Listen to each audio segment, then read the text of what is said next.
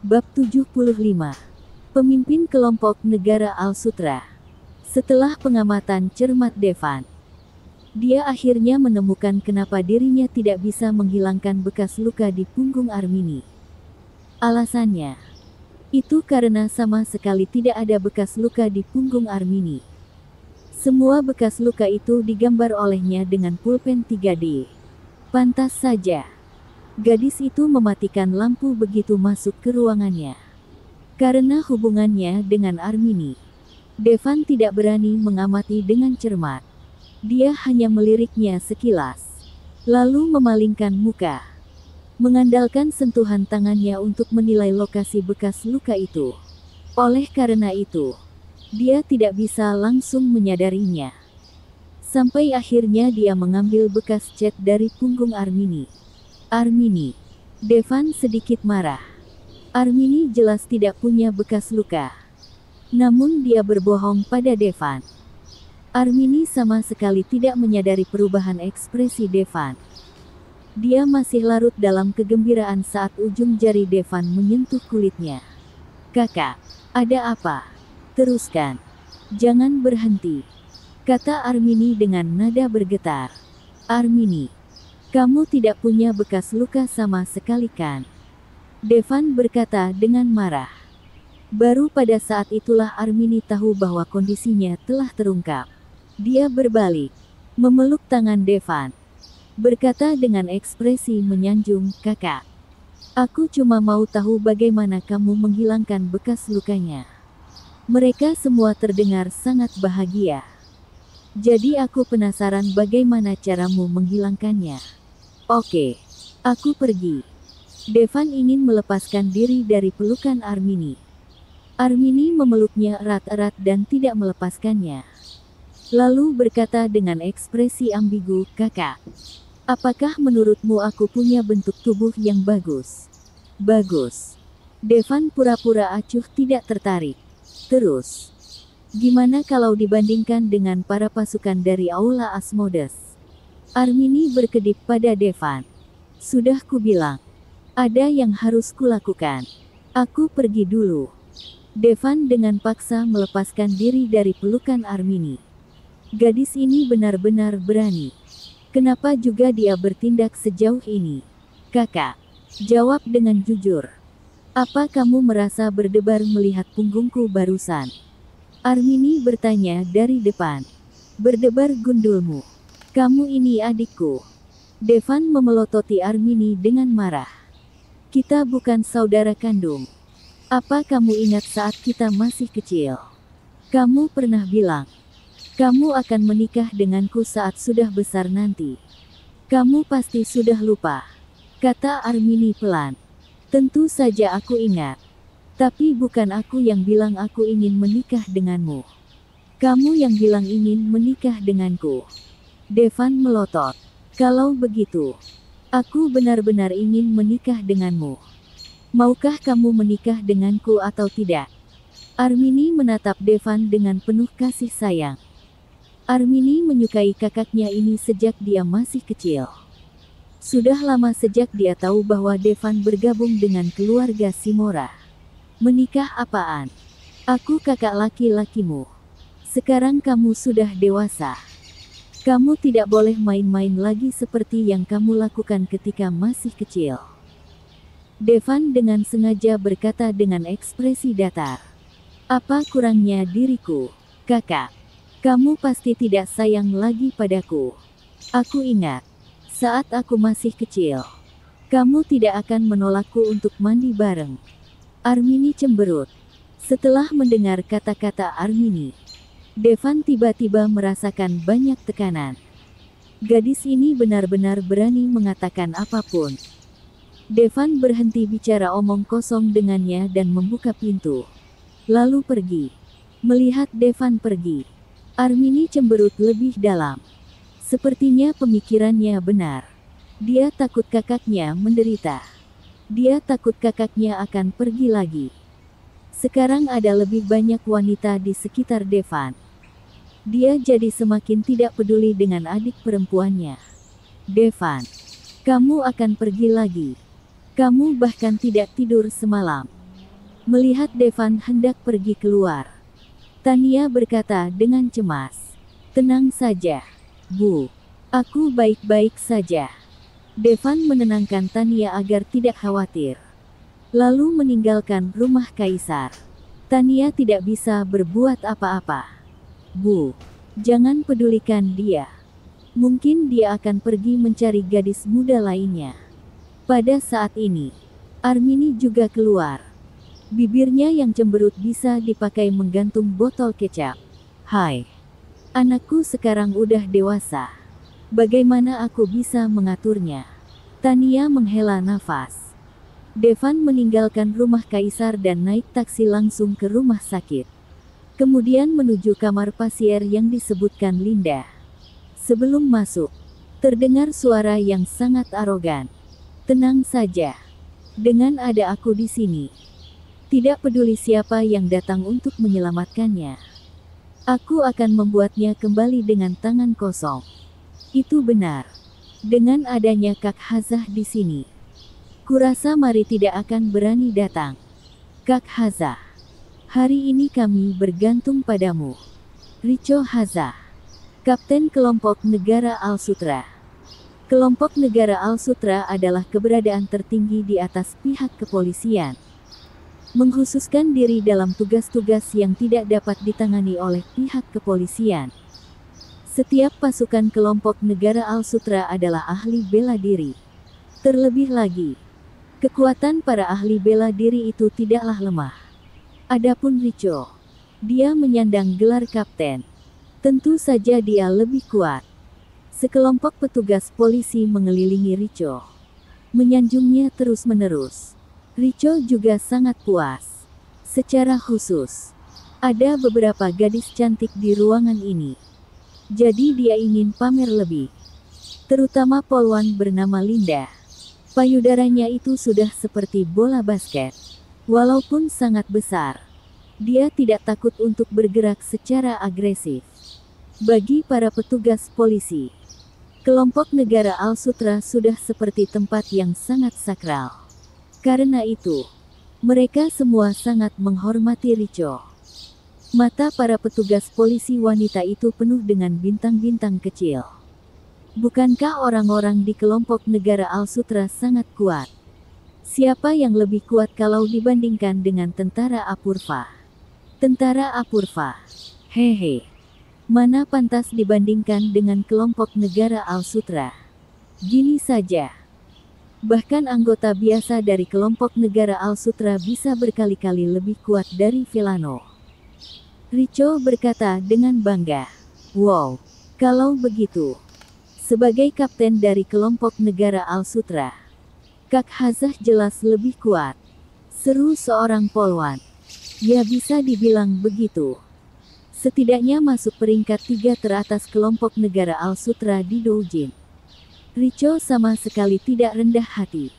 "Oh, omong-omong, sebenarnya kami tidak terlalu butuh begitu banyak orang di sini. Kalau terlalu banyak orang di sini, takutnya akan membuat lawan terlalu waspada. Gini saja, biar aku dan Linda yang tetap berjaga di sini." Mata Richo tertuju pada tubuh Linda. Meskipun semua orang sangat menghormatinya, bagaimanapun, sulit untuk melakukan sesuatu kalau ada terlalu banyak orang. "Ah, Kak Hazah, kami juga ingin tetap tinggal di sini untuk melihat penampilan heroikmu." Dua polwan lainnya berkata dengan nada tidak puas. "Tidak apa-apa. Kalian berdua juga boleh tetap tinggal di sini," kata Richo berpura-pura murah hati. Para petugas polisi pria tentu bisa tahu niat Richo. Mereka merasa sedikit kesal. Bagaimanapun, mereka tidak pernah mendapatkan perhatian dari para polwan ini biasanya. Sepertinya Richo akan puas hari ini. Tapi memang dia punya kemampuan untuk melakukannya. Wanita mana yang tidak suka pria kuat? Para polwan ini menatap Richo seolah ingin segera menikmatinya. Petugas polisi hendak pergi ketika Devan membuka pintu dan masuk. "Kak Amor, kamu datang." Linda melihat Devan. Ada ekspresi gembira terlihat di wajahnya. Devan mengangguk. Melihat Devan, Richo sedikit mengernyit. Meskipun dia terlihat sangat kekar dan tidak jelek, tapi dibandingkan dengan Devan, jelas masih tertinggal jauh. Penampilan Devan saat ini, dia tidak berpakaian bagus.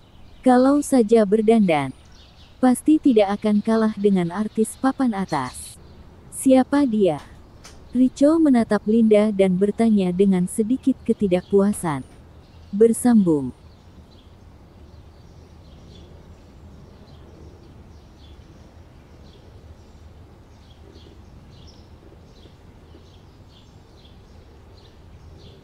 Bab 76.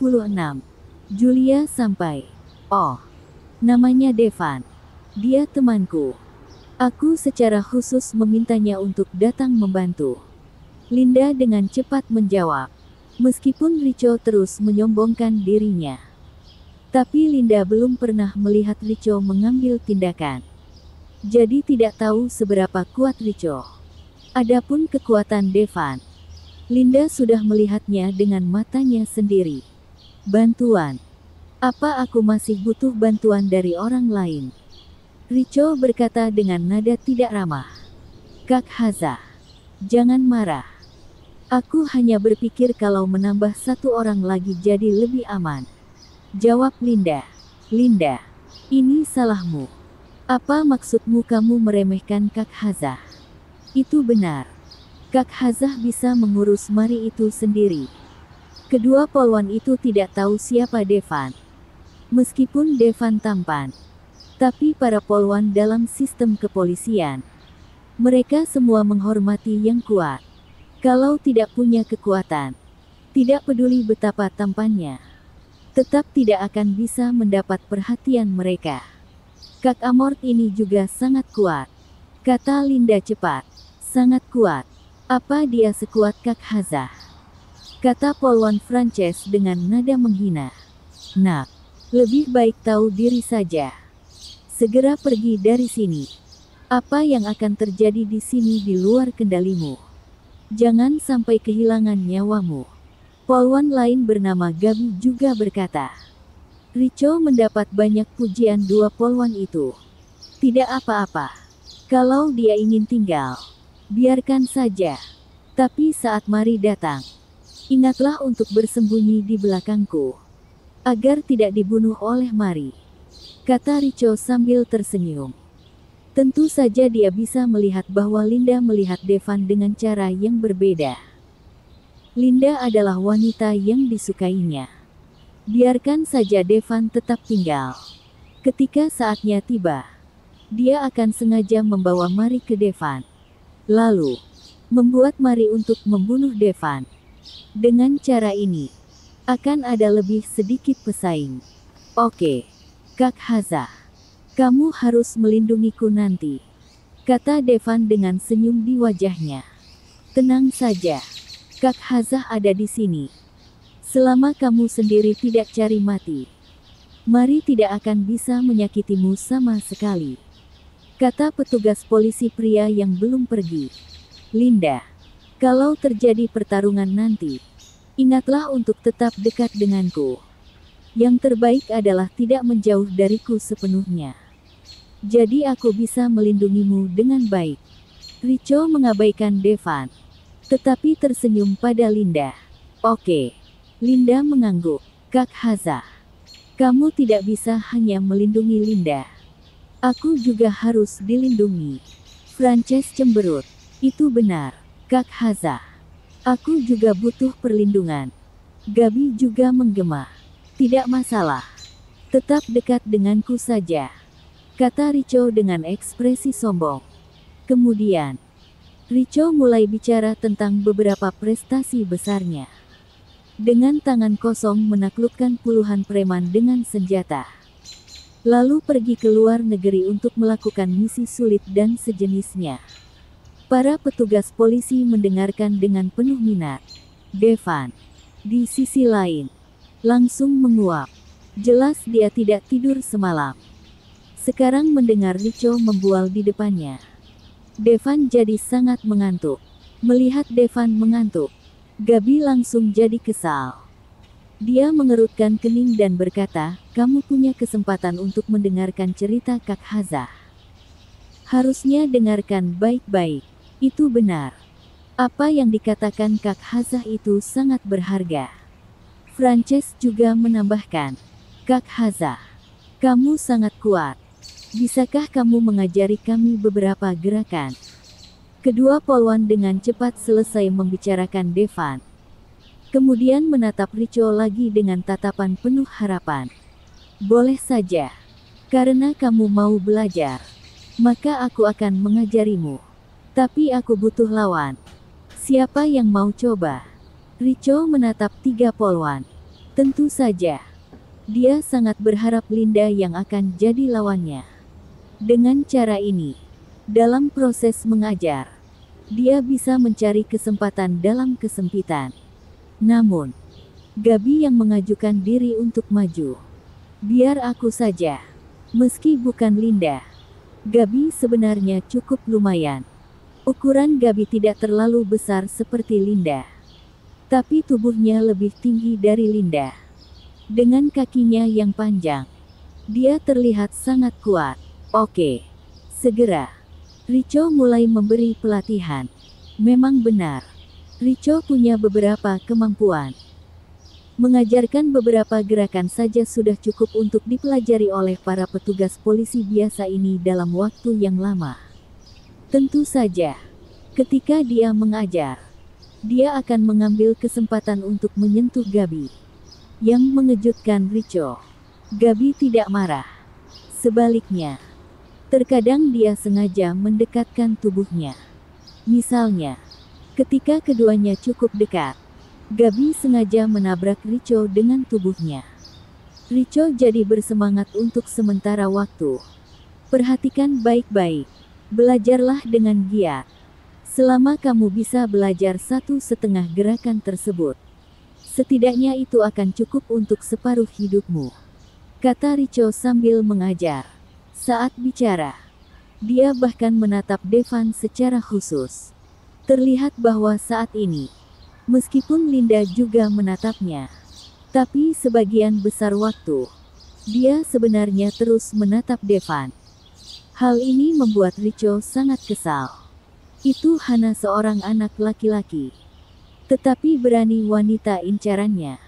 Bocah ini benar-benar cari mati. Terutama, melihat Devan yang biasa-biasa saja. Richo semakin kesal. Dia berkata pada Devan, "Nak, belajarlah dengan giat. Mungkin kamu bisa menggunakannya nanti." "Siap, Kak Hazah," kata Devan sambil tersenyum. Linda tidak lagi menatap Devan. Tapi dia tidak merasakan apa yang diajarkan Richo itu cukup kuat. Kalau sebelum bertemu malaikat maut hitam dan putih juga Devan, dia pasti akan berpikir bahwa Richo sangat kuat.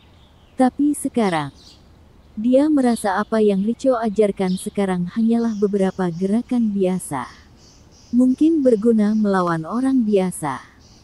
Tapi kalau bertemu dengan seseorang yang sekuat malaikat maut hitam dan putih, itu tidak akan berguna sama sekali. Tentu saja, Richo tidak selemah kelihatannya. Hanya saja dia tidak mengajar dengan serius sama sekali. Lagi pula, para petugas polisi ini hanyalah orang biasa. Kalau ingin mengajarkan keterampilan yang sebenarnya, jelas para petugas polisi ini tidak akan bisa mempelajarinya. Dalam proses mengajar, dia jadi semakin berani. Awalnya, dia hanya diam-diam mencari kesempatan pada Gabi. Namun lambat laun, gerakannya jadi sangat berani. Polisi pria melihatnya dengan jelas dengan mata masing-masing dan merasakan sakit di hati mereka. Ini adalah para polwan mereka. Tapi tidak ada yang bisa dilakukan. Gabi juga menanggapi Richo dengan berani.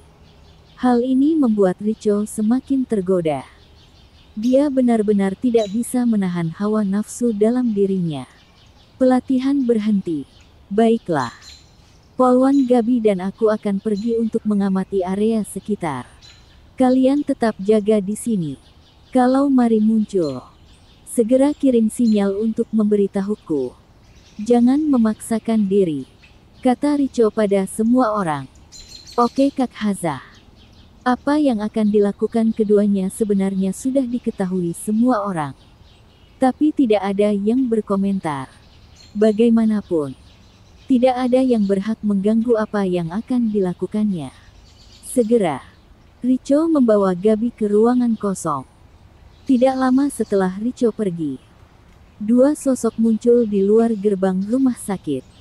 Salah satunya adalah malaikat maut putih Julia.